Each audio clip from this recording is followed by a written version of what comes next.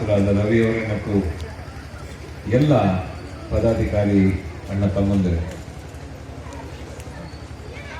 ಇವತ್ತು ನಾನು ಸುಮಾರು 7-8 ವರ್ಷಗಳಿಗೆ ಹಿಂದೆ ಬಂದಾಗ ಒಂದು ವಿಚಿತ್ರವಾದ ಕಾರ್ಯಕ್ರಮಗಳು ಇಲ್ಲಿ ಯಾವಾಗಲೂ ನಡೀತಾ ಇದೆ.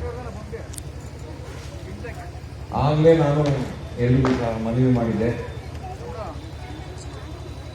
ನಾವೆಲ್ಲರೂ ಒಂದಾದಾಗ ಮಾತ್ರ ಹೆಚ್ಚಿನ ಒಂದು ಶಕ್ತಿ ಬರ್ತದೆ, ಇದರಿಂದ ಜನಾಂಗಕ್ಕೆ ಒಳ್ಳೆಯದಾಗ್ತದೆ. ಯಾಕಂದ್ರೆ ನಾವೆಲ್ಲರೂ ಈಗಾಗಲೇ ನಮ್ಮ ಮಹಾಪೌರು ಹೇಳಿದ್ರು,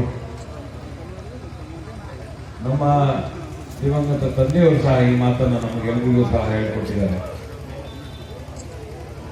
ನಾವು ಜೀವನದಲ್ಲಿ ಋಣವನ್ನು 4 ಜನಗಳಿಗೆ ನಾವು ಯಾವಾಗಲೂ ತೀರಿಸಬೇಕಾಗ್ತದೆ: ತಂದೆ, ತಾಯಿ, ಗುರು ಮತ್ತು ನಾವು ಇರುವ ಮತ್ತು ಹುಟ್ಟಿರುವ ಸಮಾಜ.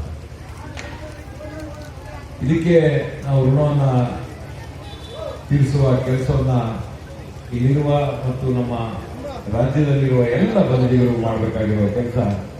ಪ್ರಥಮವಾಗಿ ನಾವು ಇದನ್ನ ರೂಢಿಸ್ಕೋಬೇಕಾಗಿದೆ. ನನಗೆ ಬಹಳ ಸಂತೋಷ ಆಯಿತು.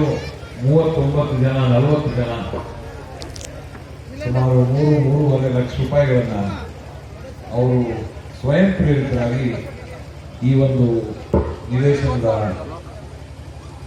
ನಿಲುಗಟ್ಟಾಗಿ ಅವರವರ ಅಲೆ ಸೇವೆಯನ್ನು ಅವರು ಮಾಡಿ ಇವತ್ತಿನ ದಿವಸ ಇದನ್ನ ನಿಮ್ಮೆಲ್ಲರ ಮುಂದೆ ಘೋಷಣೆ ಮಾಡಿದೆ. ನಾನು ಬಂದಾಗ ನಾನೆಲ್ಲರಿಗೂ ಸಹ ಹೇಳಿದೆ, ಈ ಒಂದು ಸಮುದಾಯ ಭವನ ಮತ್ತು ಒಂದು ತಾತಯ್ಯನವರ ಒಂದು ಪುಣ್ಯ ಕ್ಷೇತ್ರ ಪುಣ್ಯ ಜಾಗವನ್ನು ಮಾಡೋದಕ್ಕೆ ನಾನು ಸಹ ನಮ್ಮ ಮನೆಯವರು ಮತ್ತು ನನ್ನಿಂದ 50 ಲಕ್ಷ ರೂಪಾಯಿಗಳ ಒಂದು ಅನುದಾನವನ್ನು ಕೊಡ್ತೀವಿ ಅಂತ ಒಂದು ಮಾತನ್ನ ನಾನು ಹಾಗೆ ಹೇಳಿದ್ದೀನಿ. ಆದರೆ ಇದರಲ್ಲಿ ಮುಖ್ಯವಾಗಿ ನೀವು ಒಂದು ತಿಳ್ಕೋಬೇಕಾಗ್ತದೆ, 10 ರೂಪಾಯಿ ಕೊಡೋರು ಅಷ್ಟೇ ಪ್ರೀತಿಯಿಂದ ಕೊಡ್ತಾರೆ, ಮತ್ತೆ ಈಗ 4 ಲಕ್ಷ ರೂಪಾಯಿ ಕೊಟ್ಟವರು ಅಷ್ಟೇ ಭಕ್ತಿ ಗೌರವ ಪ್ರೀತಿಯಿಂದ ಕೊಡ್ತಾರೆ, ಮತ್ತೆ ನಾವು ಅಷ್ಟೇ ಗೌರವ ಪ್ರೀತಿಯಿಂದ ನಮ್ಮ ಸಮಾಜಕ್ಕೆ ನಾವು ಮಾಡುವ ಮತ್ತು ತೀರಿಸುವ ಋಣ ಅಂತ ತಿಳ್ಕೊಂಡು ನಾವೆಲ್ಲ ಕೊಡ್ತಾ ಇದ್ದೀವಿ. ಇದರಿಂದ